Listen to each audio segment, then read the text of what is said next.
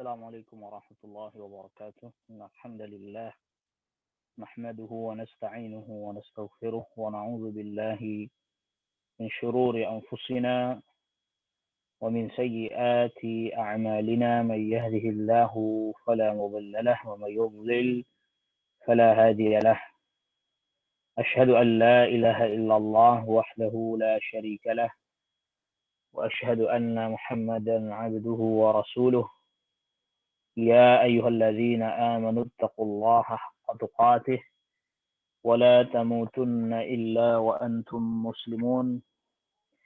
يا أيها الناس اتقوا ربكم الذي خلقكم من نفس واحدة وخلق منها زوجها وبث منهما رجالا كثيرا ونساء واتقوا الله الذي تساءلون به والأرحام إن الله كان عليكم رقيبا. يا أيها الذين آمنوا اتقوا الله وقولوا قولا سديدا يصلح لكم أعمالكم ويغفر لكم ذنوبكم ومن يطع الله ورسوله فقد فاز فوزا عظيما. أما بعد، فإن أصدق الحديث كتاب الله وخير الهدي هدي محمد صلى الله عليه وسلم وشر الأمور محدثاتها وكل محدثة بدعة وكل بدعة ضلالة وكل ضلالة في النار.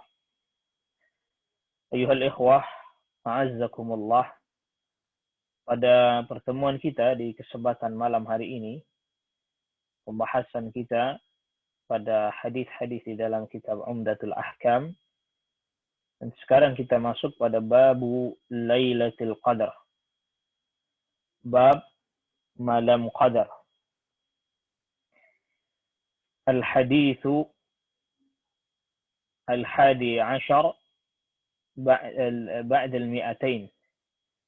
Hadis ke-211.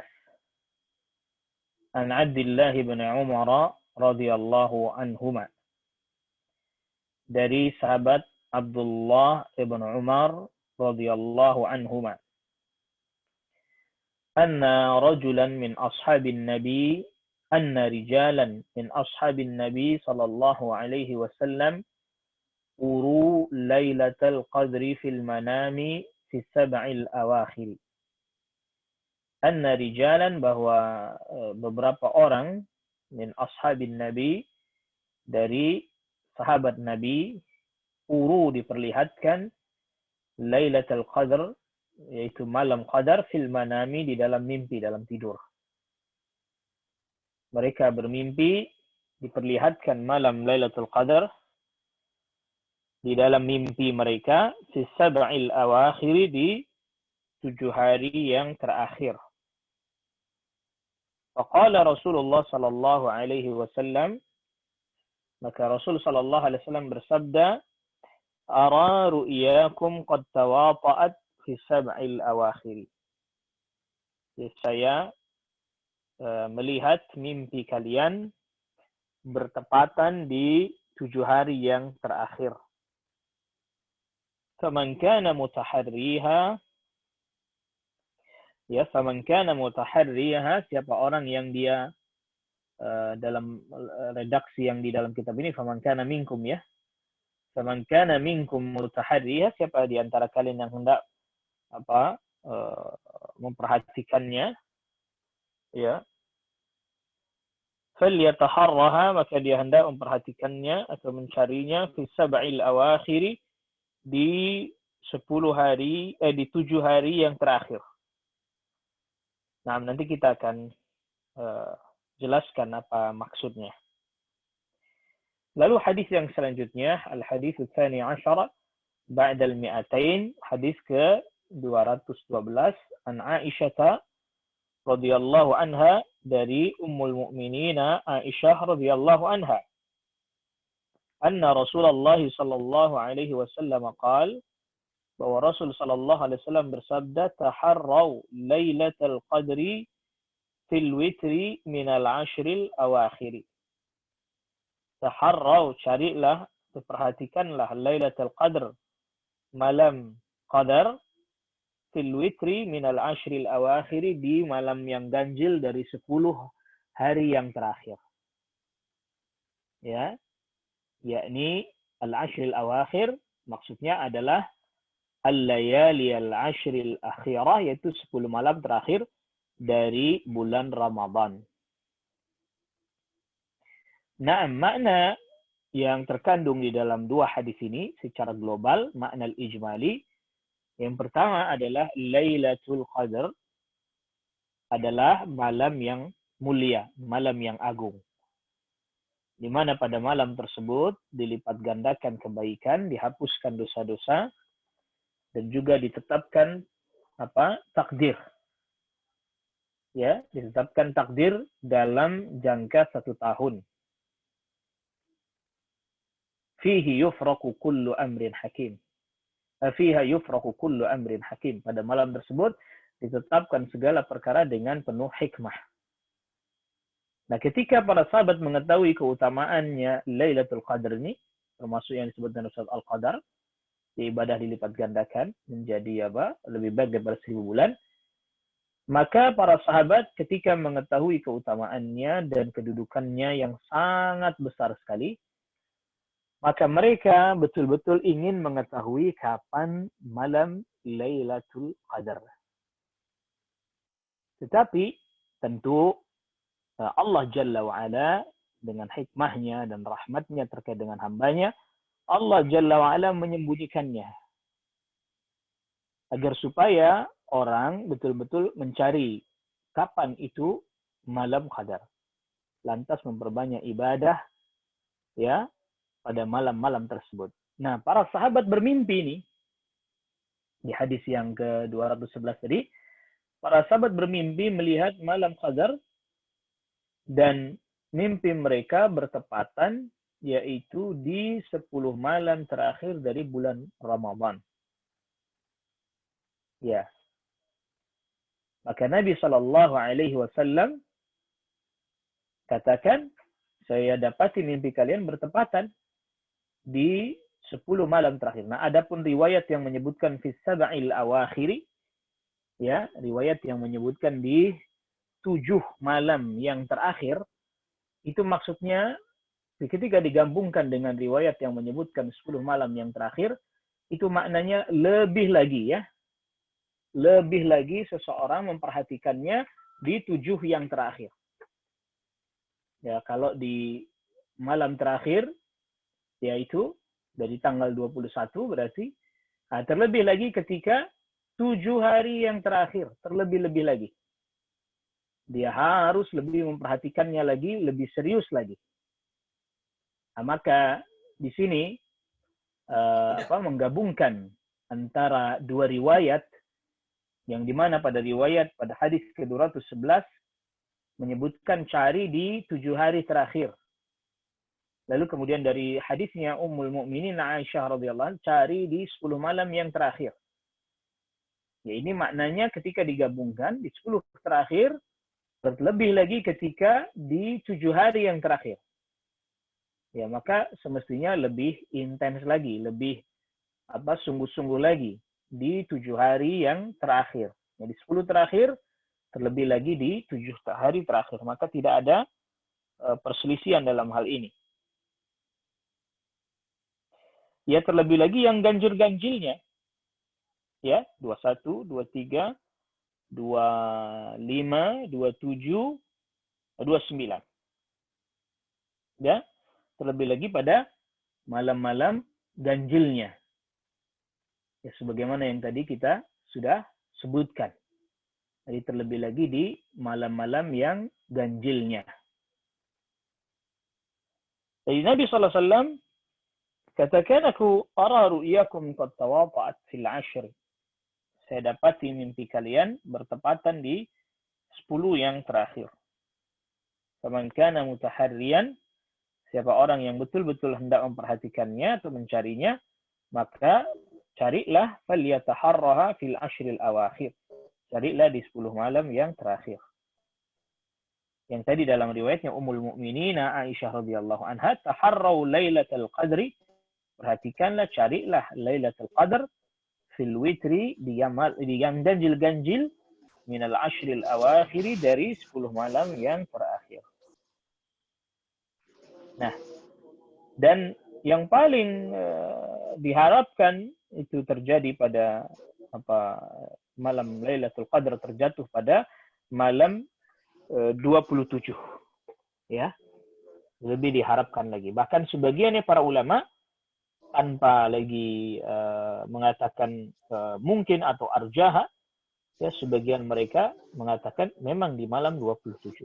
Tapi fa'ala kulli hal, ini para ulama memang terjadi perselisihan menentukan kapan terjadinya Lailatul Qadar, dan Al-Hafidz Ibn Hajar mengatakan sampai ada 47 pendapatnya. Ya, tapi yang lebih kuat yaitu tadi yang disebutkan di dalam zahirnya hadis ini, yaitu di 10 malam yang terakhir.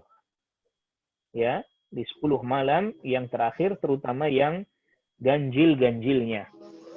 10 malam terakhir, terutama yang ganjil-ganjilnya. Nah, diambil dari sini keutamaan malam Qadar yang Allah Subhanahu wa taala memberikan kekhususan, ya, mulai dari turunnya Al-Qur'an, ya. Inna anzalnahu fi lailatul qadar, ya, termasuk juga turunnya para malaikat. Tanazzalul malaikatu warruhu fiha biizni rabbihim min kulli amr. Termasuk juga ibadah pada malam hari itu lebih dari 1000 bulan, lipat gandakan. Termasuk juga yaitu takdir al-umur,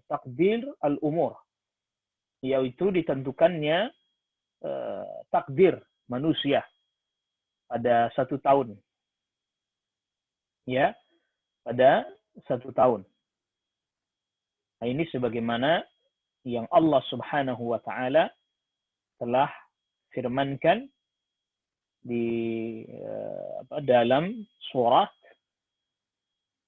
Ad-Dukhan, ya.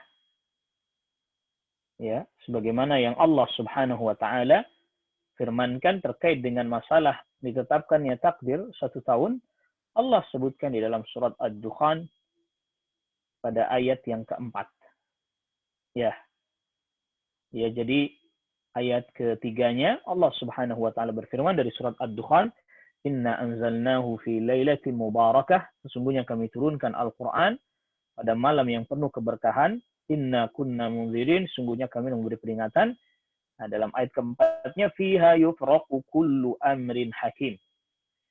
Di dalam malam tersebut, yaitu malam diturunkan Al-Qur'an, yaitu malam Qadar, ya, yufraqu kullu amrin hakim.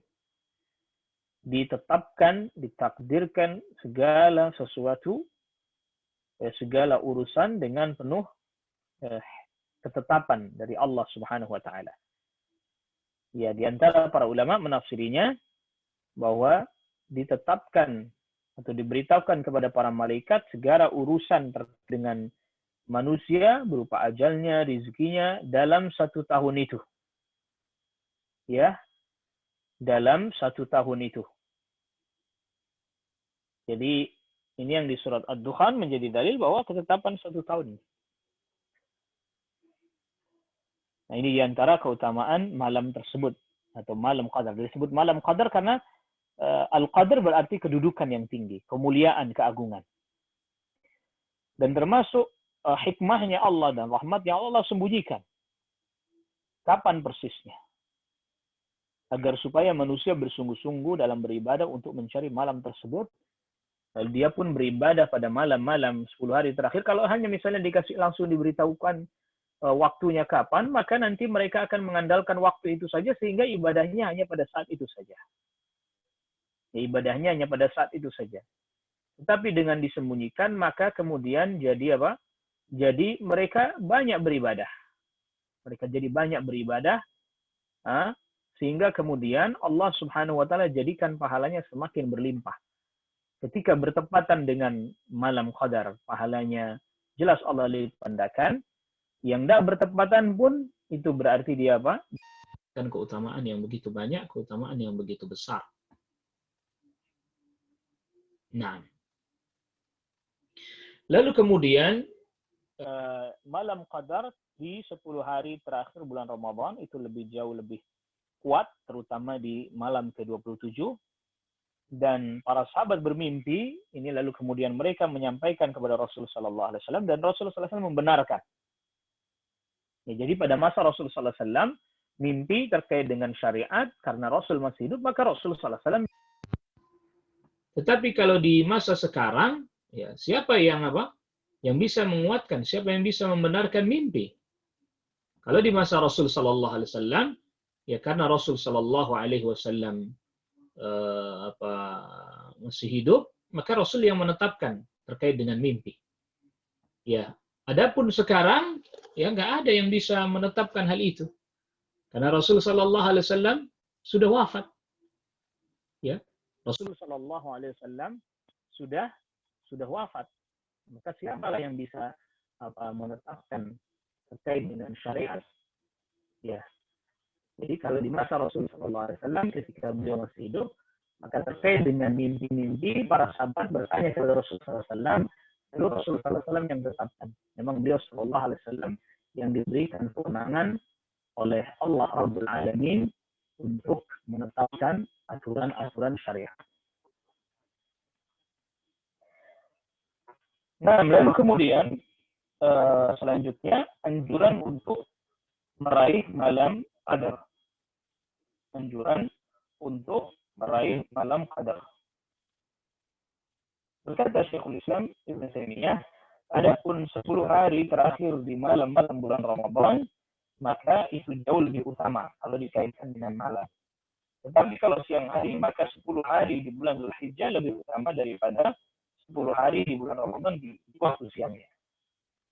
Jadi kalau ada orang yang bertanya mana yang lebih utama, 10 hari Ramadan atau 10 hari Dzulhijjah. Kalau malamnya lebih utama 10 malam terakhir Ramadan. Tapi kalau siang harinya yang lebih utama adalah yang di siang hari, yaitu 10 hari Dzulhijjah.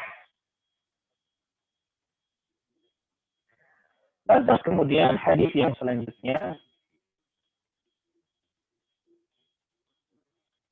hadis yang ke 213.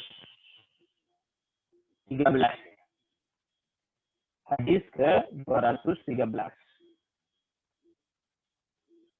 An Abi Sa'id Al-Khudri, dari sahabat Abu Sa'id Al-Khudri radhiyallahu anhu, anna Rasulullah sallallahu alaihi wasallam, wa Rasul sallallahu alaihi wasallam kana ya'takifu, wa Rasul sallallahu alaihi wasallam beriktikaf fil ashril awsati min Ramadan, di 10 hari pertengahan di bulan Ramadan. Ya, 10 hari yang pertama di pertengahan di bulan Ramadan. Nah, jadi dari hadis Abi Sa'id Al-Khudri, ya, hadis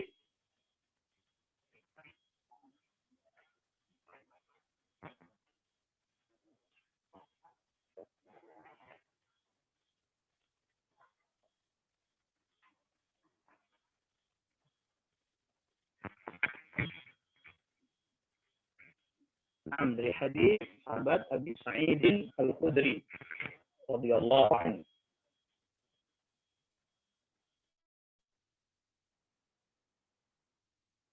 Hadis dari sahabat Abi Sa'id Al-Khudri radhiyallahu anhu, anna Rasulullah sallallahu alaihi wasallam, bahwa Rasul sallallahu alaihi wasallam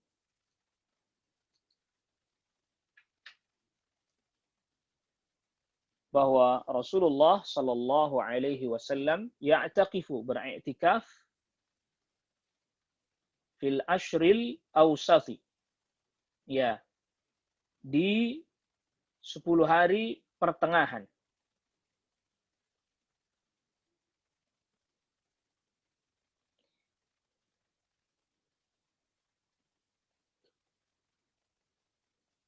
min Ramadan, dari bulan Ramadan. Fa'takafa 'aman, maka Nabi sallallahu alaihi wasallam beriktikaf di 1 tahun.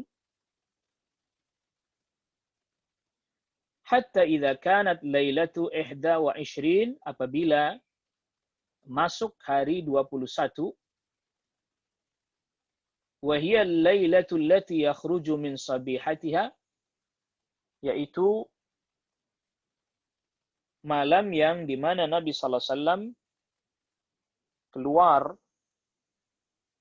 di waktu paginya, min i'tikafi, dari tempat i'tikafnya, atau dari i'tikafnya Nabi sallallahu alaihi wasallam. Qala man i'takafa ma'i, siapa orang yang beriktikaf bersamaku, falya'taqif fil ashril awakhir, hendaklah dia beriktikaf di 10 hari terakhir. Jadi pernah suatu ketika Nabi sallallahu alaihi wasallam beriktikafnya dari 10 hari yang pertengahan. Ya, 10 hari yang pertengahan. Nah, lalu kemudian pas tanggal 21, Nabi sallallahu alaihi wasallam keluar dari tempat i'tikafnya, lalu Nabi sallallahu alaihi wasallam berkata kepada para sahabat, siapa yang mau beriktikaf, maka iktikafnya di 10 hari yang terakhir. Faqad uritu hadhihi al-lailata thumma unsituha. Saya telah diperlihatkan malam Qadar. Saya diperlihatkan malam Qadar, dan tapi saya lupa. Ya. Jadi saya diperlihatkan malam hari ini, ya. Diperlihatkan malam hari ini malam Qadar. Tapi saya terlupa. Jadi Nabi sallallahu alaihi wasallam pernah dimimpi diperlihatkan malam Qadar, tetapi Nabi sallallahu alaihi wasallam lupa. Dijadikan unsituha, ya, di dalam hadisnya thumma unsituha, lalu kemudian aku dijadikan lupa. Wa qad ra'aituni asjudu fi ma'in wa tinin min sabihatiha. Dan saya telah mendapati diri saya sendiri sujud di tanah yang bercampur dengan air di waktu paginya karena malamnya hujan. Faltamisuha fil ashril awakhiri, maka carilah di 10 malam yang terakhir. Waltamisuha fi kulli witrin, dan carilah di setiap malam-malam ganjil. Qala famataratis sama'u tilkal lailah, maka turun hujan di malam tersebut. Wa kana al-masjidu ala arishin, ya, di masjid itu terbuat dari pelepah kurma, ya. Ya, fawaqafa al-masjid, maka masjid pun becek karena bocor, ya, bocor atapnya. Fawaqafal masjid, maka bocorlah masjid atapnya. Fa'absarat aynaya, maka aku pun kedua mataku melihat, kata sahabat Abi Sa'id Al-Khudri, Rasulullah sallallahu alaihi wasallam, Rasul sallallahu alaihi wasallam, wa ala jabhatihi, pada keningnya Rasul sallallahu alaihi wasallam, atharul ma'i wat tini, ada bekas air dan tanah yang bercampur, min subhi 21, yaitu karena beliau salat di waktu subuh hari ke-21. Ya, hari ke-21.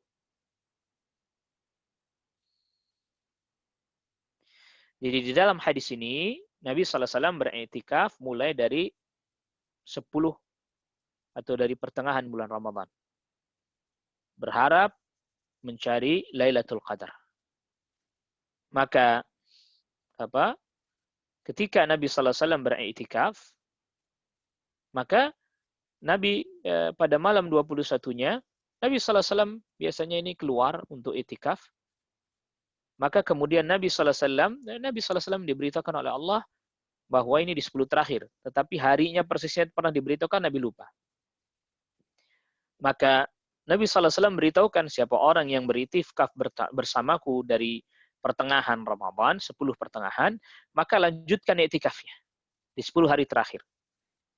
Karena saya bermimpi bahwa malam ini, tapi saya dilupakan kapan persisnya, saya dapati ini di malam terakhir, malam 10 terakhir. Jadi siapa orang iktikafnya dari pertengahan, dia lanjutkan sampai akhir. Jadi ini ada anjuran dari Rasul agar mereka melanjutkannya. Nah, maka kemudian turun hujan malam ke-21-nya, lalu kemudian hari ke-21-nya Nabi sallallahu alaihi wasallam pun salat subuh, sedangkan ada atap masjid yang bocor sehingga kemudian tanahnya bercampur dengan air. Dan Nabi sallallahu alaihi wasallam sujud, menempel di wajah Nabi sallallahu alaihi wasallam tanah yang bercampur dengan air tersebut. Jadi Nabi sallallahu alaihi wasallam itikafnya di 10 pertengahan dalam rangka mencari Lailatul Qadar. Sebelum diketahui bahwa ternyata itu di 10 malam yang terakhir.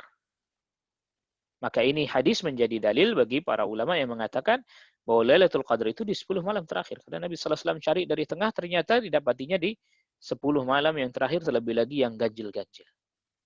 Dan mimpinya Nabi sallallahu alaihi wasallam adalah mimpi yang hak. Adapun tadi penjelasan tentang mimpinya para sahabat, ya, mimpi para sahabat itu ketika mimpi tersebut dibenarkan oleh Nabi sallallahu alaihi wasallam, maka itu menjadi hak. Karena Nabi sallallahu alaihi wasallam yang berhak untuk menetapkannya. Ya, Nabi sallallahu alaihi wasallam yang berhak untuk menetapkannya. Dan di dalam hadis ini juga terdapat faedah bahwa masjid Nabi sallallahu alaihi wasallam sangat sederhana sekali. Ya, atapnya dari pelepah-pelepah kurma. Ya, sehingga kemudian ketika ada hujan turun deras, maka kemudian bocor. Naam. Ayuhal ikhwah, a'azzakumullah. Kita lanjutkan pada hadis yang selanjutnya pada bab al-i'tikaf. Pada bab al-i'tikaf, hadis dari Ummul Mukminin Aisyah radhiyallahu anha. An Aisyah radhiyallahu anha anna Rasulullah sallallahu alaihi wasallam kana ya'takifu fil ashril awakhir min Ramadan. Bahwa Rasul sallallahu alaihi wasallam beriktikaf di 10 malam terakhir 10 hari terakhir dari bulan Ramadan, hatta tawaffahu Allah taala, sampai Allah Subhanahu wa taala mewafatkan Rasul sallallahu alaihi wasallam. Thumma i'takafa azwajuhu ba'dahu. Kemudian para istri Nabi sallallahu alaihi wasallam beriktikaf setelah Nabi sallallahu alaihi wasallam wafat. Wa fi lafdhin, dan di dalam lafaz yang lain, karena Rasulullah sallallahu alaihi wasallam, bahwa Rasul sallallahu alaihi wasallam ya'takifu fi kulli Ramadan. Bahwa Nabi sallallahu alaihi wasallam beriktikaf setiap Ramadan. Fa idza shalla al-ghadata, apabila Nabi sallallahu alaihi wasallam salat subuh, jaa makanahu alladhi i'takafa fi. Apabila Nabi salat subuh, maka Nabi sallallahu alaihi wasallam mendatangi tempat i'tikafnya. Ya, ini jadi Nabi sallallahu alaihi wasallam ketika hendak beriktikaf, jadi Nabi sallallahu alaihi wasallam iktikaf di 10 hari terakhir bulan Ramadan, ya. Setelah beliau mengetahui bahwa itu di 10 terakhir, tadinya sebelumnya malah di 10 pertengahan, ya. Kemudian para istri Rasul sallallahu alaihi wasallam juga melakukan hal itu, dan pada subuhnya, ya, subuh tanggal 21, Nabi sallallahu alaihi wasallam masuk ke tempat i'tikafnya. Nah, diambil dari hadis ini anjuran untuk i'tikaf, dan ini termasuk sunnah Nabi sallallahu alaihi wasallam. Dan buahnya i'tikaf yaitu dia memutus hubungan-hubungan dengan dunia. Jadi Nabi sallallahu alaihi wasallam seperti bikin tenda, bermunajat kepada Allah Rabbul Alamin, meminimalisir interaksi dengan manusia. Dan i'tikafnya Nabi sallallahu alaihi wasallam yang kemudian Nabi lakukan terus-menerus yang 10 terakhir tadi, bukan yang dari pertengahan, karena yang dari pertengahan itu dalam rangka mencari Lailatul Qadar. Ketika diberitahukan bahwa itu di 10 terakhir, maka Nabi melakukannya di 10 yang terakhir. Lalu kemudian para istri Nabi sallallahu alaihi wasallam pun melakukan i'tikaf juga. Jadi kaum wanita boleh selama tadi tidak terjadi ikhtilat dan seterusnya, dan ada izin dari suaminya. Adapun setelah Rasulullah SAW, para istri Rasulullah SAW kan tidak boleh menikah lagi, sehingga mereka hanya fokus untuk beribadah saja dan tidak terjadi campur baur antara laki-laki dan perempuan. Dan diperbolehkan untuk membuat satu tempat khusus untuk i'tikaf apabila tidak mempersulit orang yang sedang salat. Maka di dalam riwayatnya Ummul Mukminin Aisyah radhiyallahu anha juga dikatakan bahwa Nabi sallallahu alaihi wasallam apabila hendak beriktikaf, beliau membuat semacam tenda, ya. Ya, itu kalau tidak mempersempit orang yang salat. Kalau memang mempersempit ya enggak usah bikin tenda. Gitu ya. Dan juga termasuk ya tidak boleh keluar dari tempat i'tikaf orang yang sedang i'tikaf kecuali ada hajat. Ya, kecuali ada hajat. Ya seperti misalnya kalau memang tidak tersedia makanan dia keluar untuk makan, atau di masjid tidak tersedia tempat untuk mandi dan seterusnya dia pulang untuk mandi lalu segera kembali lagi ke tempat i'tikafnya. Ya. Dan juga itu i'tikaf di masjid yang ditunaikan salat berjamaah pada masjid tersebut. Dan tidak boleh tentunya mendatangi istrinya ketika i'tikaf, yaitu menjima istrinya tidak diperkenankan. Ya karena Allah Subhanahu wa taala berfirman, "Wala tubashiruhunna wa antum 'akifuna fil masajid." Jangan kalian mendatangi para istri sedangkan kalian sedang i'tikaf di masjid. Suratul Baqarah 187. Jadi kalau misalnya dia pulang dalam rangka untuk keperluan seperti mandi dan seterusnya, ya dia tidak boleh mendatangi istrinya. Kalau dia mendatangi istrinya, menjima istrinya, maka batal i'tikafnya. Maka i'tikafnya batal. Tetapi dia bisa apa? Dia bisa memulai niatnya lagi, memulai niatnya yang baru lagi, lalu kemudian dia pun beriktikaf. Naam. Ya, hadis yang selanjutnya an Aisyah radhiyallahu anha, dari Aisyah radhiyallahu anha, annaha kanat turajjilun Nabi sallallahu alaihi wasallam, bahwa Aisyah radhiyallahu anha menyisir rambutnya Nabi sallallahu alaihi wasallam, wa hiya haidun, sedangkan Aisyah radhiyallahu anha dalam keadaan haid. Wa huwa mu'takifun, sedangkan Nabi sallallahu alaihi wasallam sedang beriktikaf fil masjid, di masjid. Wa hiya fi hujratiha, sedangkan Aisyah radhiyallahu anha di kamarnya. Yunawiluha ra'sahu, Nabi sallallahu alaihi wasallam menjulurkan kepalanya kepada Aisyah radhiyallahu anha. Wa fi riwayatin, dan di dalam riwayat yang lain, wa kana la yadkhulul baita, dan Nabi sallallahu alaihi wasallam tidak masuk ke dalam rumah illa li hajatil insani, kecuali karena hajat kebutuhan manusia. Wa fi riwayatin an-nafsiyah, dan dalam riwayat yang lain ya dari Ummul Mukminina Aisyah radhiyallahu anha, qalat, berkata, in kuntu la adkhulul baita lil hajati wal maridu fihi fama as'alu anhu illa wa ana marrah. Ya, dalam riwayat yang lain, ini di dalam satu hadis ada yang pakai in kuntu, ada yang pakai inni kuntu. Sesungguhnya aku la adkhulul bait, aku masuk ke dalam rumah, artinya ketika Aisyah radhiyallahu anha sedang ada hajat, beliau sedang beriktikaf. Saya masuk ke dalam rumah lil hajati, untuk hajat. Wal maridu fi, sedangkan ada orang sakit di dalamnya. Fama as'alu anhu, aku pun tidak berkata, tidak bertanya kepadanya, illa wa ana marrah, kecuali aku hanya lewat saja. Ya. Jadi di dalam hadis ini Nabi sallallahu alaihi wasallam disisir rambutnya oleh Ummul Mukminin Aisyah radhiyallahu anha, sedangkan Ummul Mukminin Aisyah radhiyallahu anha dalam keadaan haid.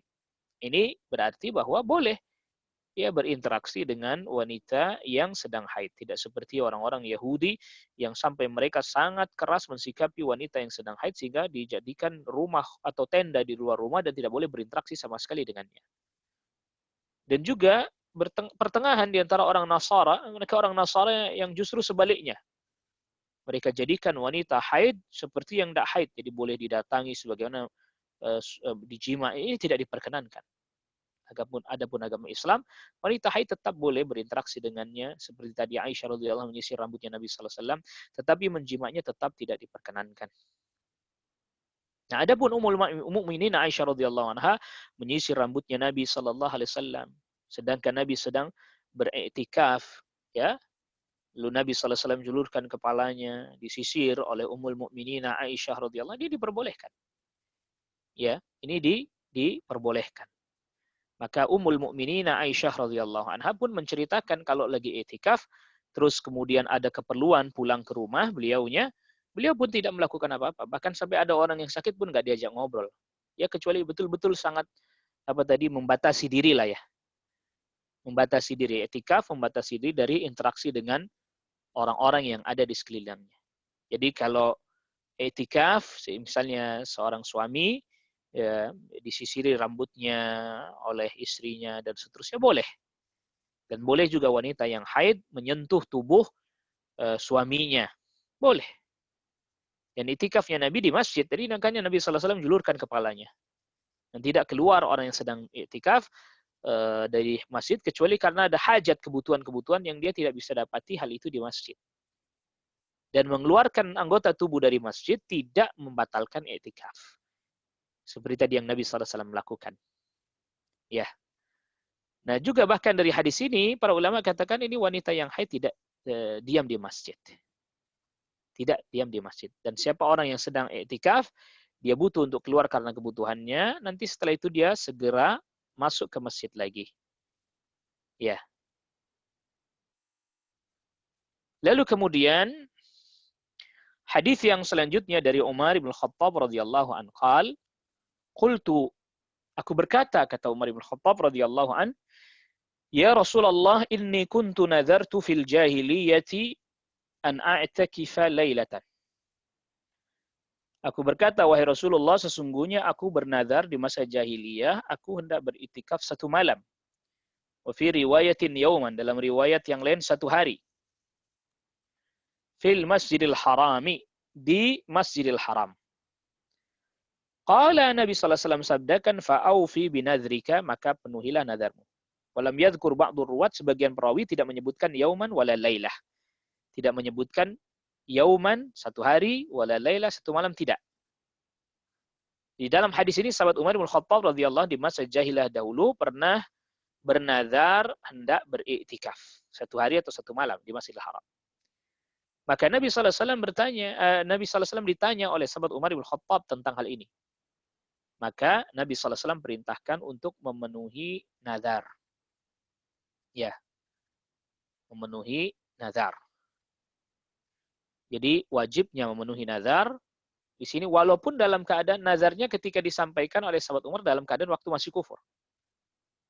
Nah, apabila seseorang bernazar menetapkan satu tempat seperti contohnya nih Umar bin Khattab menetapkan tempat khusus yaitu Masjidil Haram, ya maka dia harus di Masjidil Haram. Tapi kalau dia tidak tetapkan khusus Masjidil Haram, pokoknya nazar i'tikaf, maka di masjid mana saja cukup.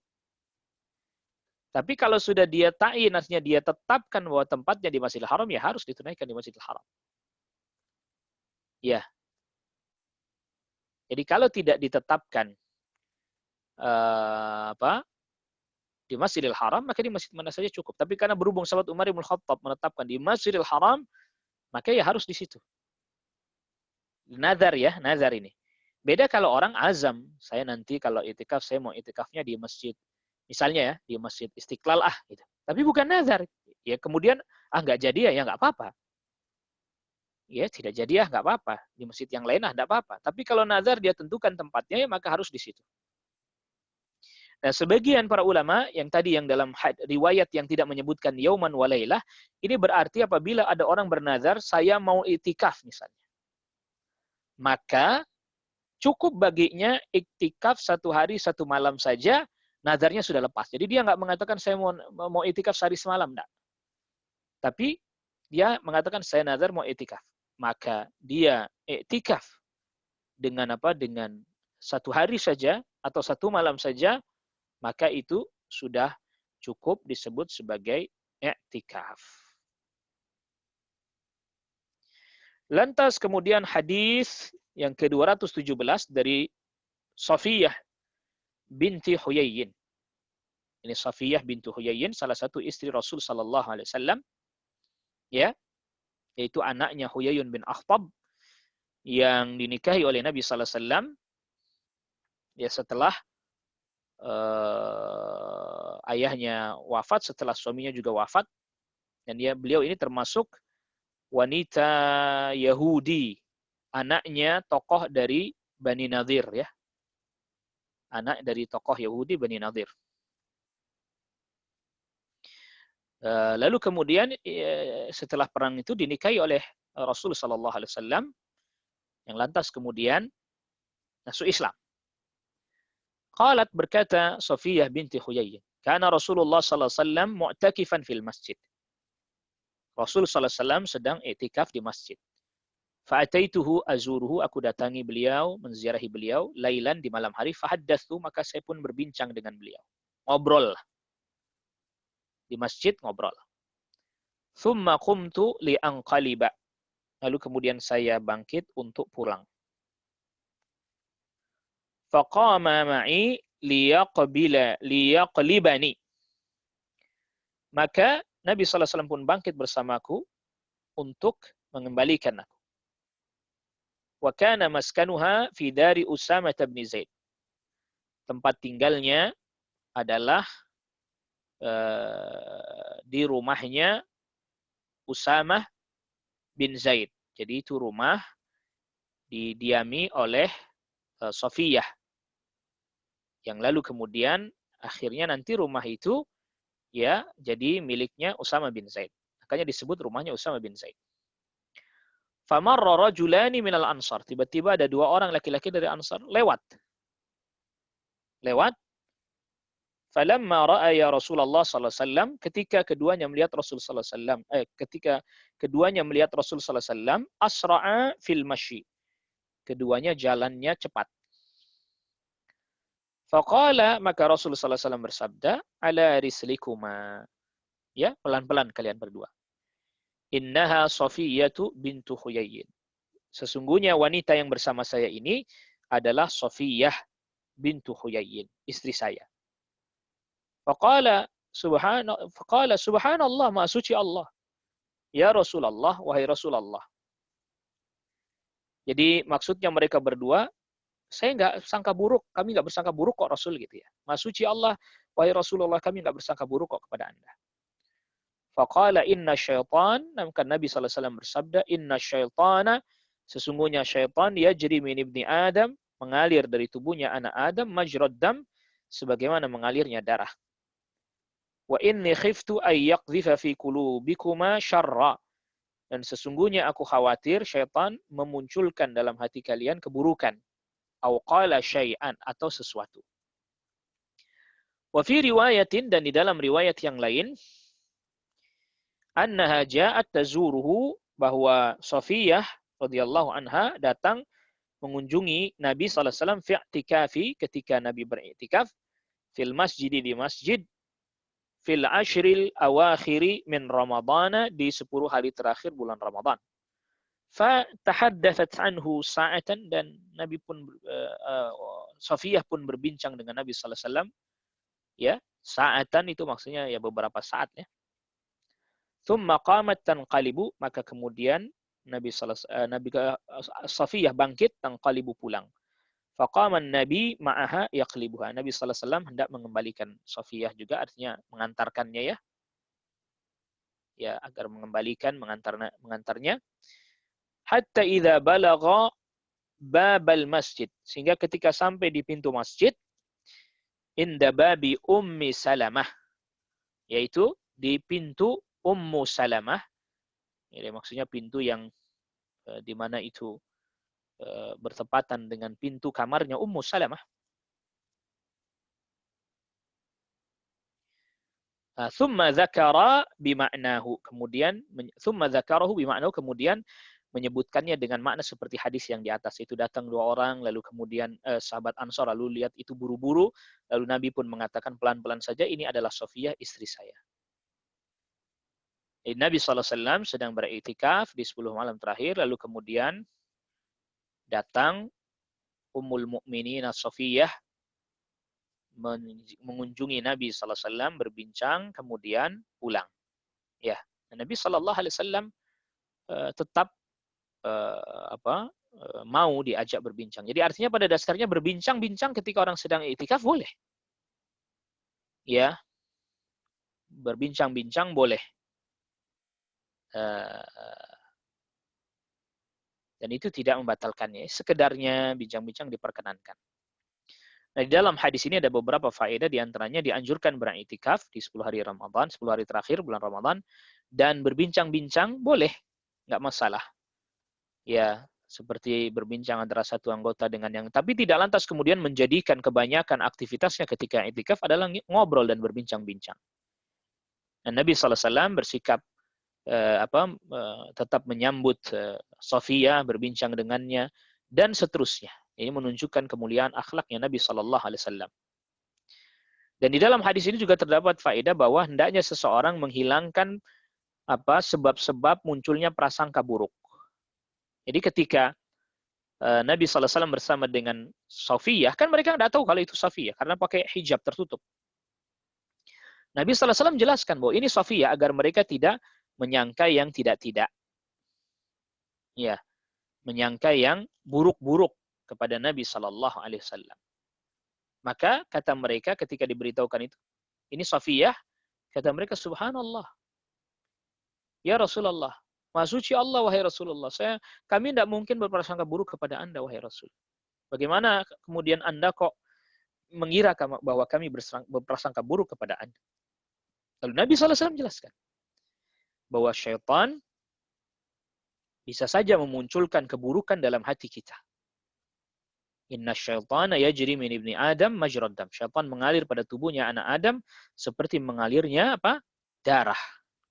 Dan mungkin saja syaitan melemparkan prasangka buruk ke dalam hati kalian berdua. Maka Nabi tadi sallallahu alaihi wasallam katakan, "Wa inni khiftu ay yaqdhifa fi qulubikuma syarra." Aku khawatir syaitan melemparkan keburukan ke dalam hati kalian berdua. Jadi ini termasuk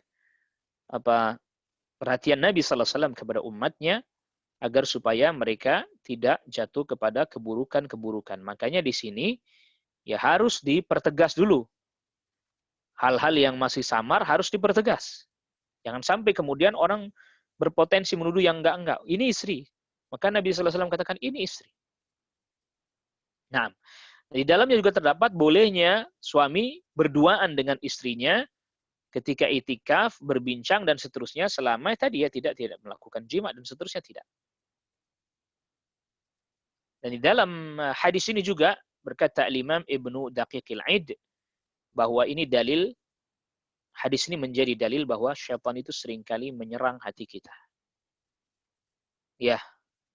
Dan ada yang kita bisa menolaknya, tapi ada juga yang kita tidak bisa menolaknya. Nah, maka ketika itu serangan prasangka buruk dan seterusnya muncul dalam hati, maka kita wajib berusaha untuk menghilangkannya. Ya, kalau tidak, maka itu akan membuat kita terjatuh kepada berbagai macam kehancuran dan kebinasaan. Nah, yang dijadikan dalil ini terkait dengan bab ini, seorang yang beritikaf, dia boleh berbincang-bincang dengan orang yang dengan istrinya di tempat itikafnya berduaan selama itu tidak jima tentunya. Karena kalau itu maka bisa, kalau berjima tentu bisa membatalkan i'tikafnya. Ya boleh dia berbincang-bincang sepenuhnya lalu kemudian ya sudah. Nah, ayuhal ikhwah, a'azzakumullah, nampaknya sudah selesai bab i'tikaf dari kitab Umdatul Ahkam. Ya, jadi kita cukupkan dulu kajian kita di kesempatan malam hari ini. Apabila ada di antara ikhwah sekalian yang hendak melanjutkan atau mengajukan pertanyaan, ya, tafadhal, silahkan.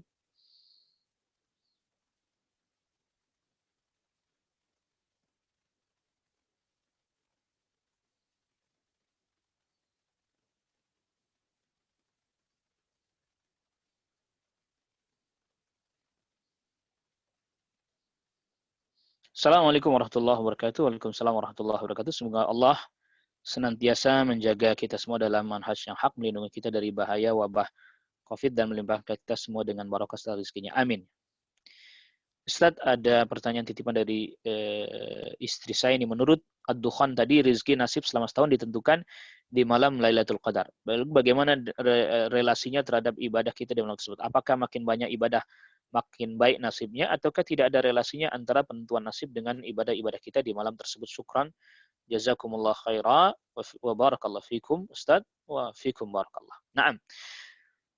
Terkait dengan masalah ibadah, ya ibadah adalah merupakan sebab syar'i. Ibadah adalah merupakan sebab syar'i. Sebab yang kita diperintahkan atau kita dianjurkan untuk mengerjakannya Yang dengan sebab itu maka datanglah kebaikan-kebaikan pada diri kita. Ya, kita tidak boleh meninggalkan sebab-sebab syar'i.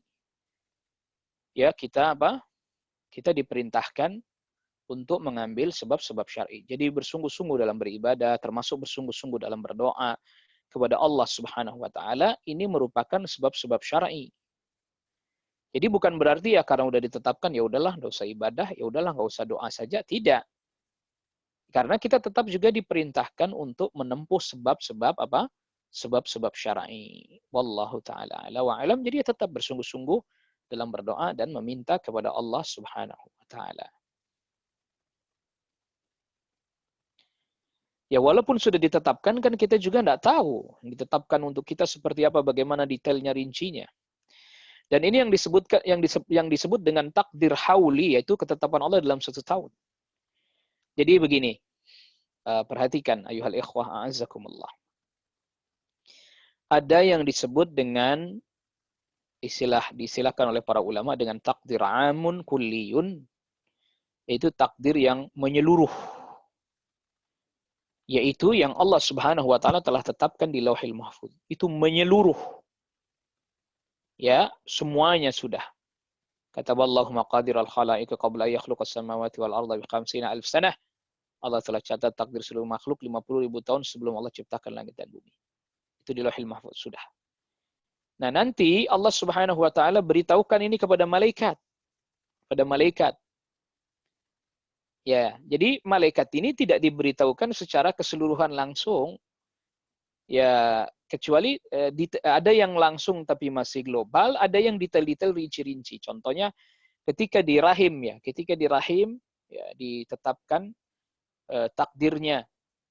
Ini takdirnya ditetapkan, diperintahkan untuk catat ajalnya, rizkinya, apakah dia orang yang sengsara ataupun orang yang bahagia. Bahagia maksudnya ini orang mukmin atau orang kafir, ini ditetapkan kan? Ini Allah beritahukan kepada malaikat. Nah, nanti yang tiap tahun itu malam qadar, itu tiap tahun Allah beritahukan lagi kepada malaikat.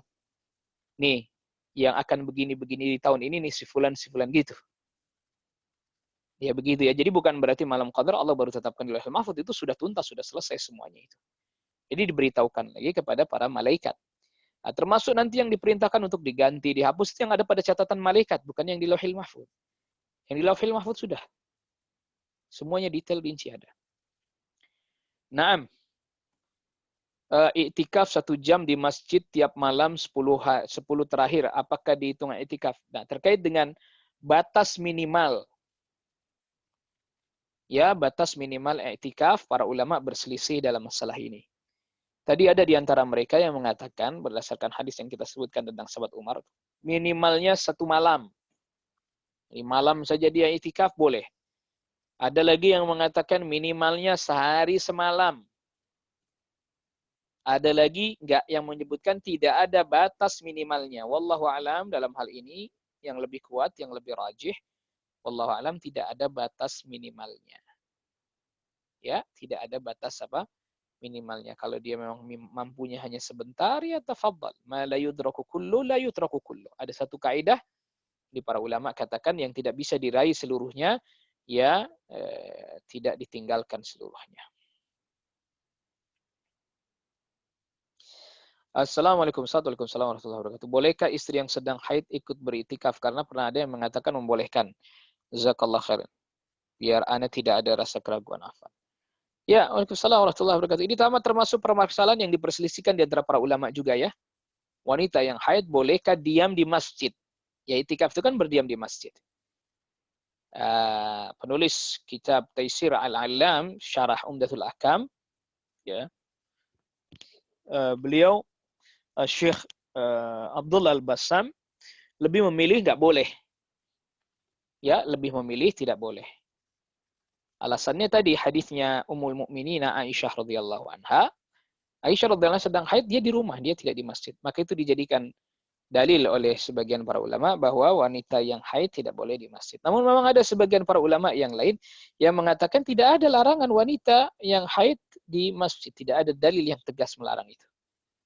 Di antaranya selama ya tidak tidak mengotori masjid, artinya tidak menetes darah haidnya di di lantai masjid ya tentunya itu.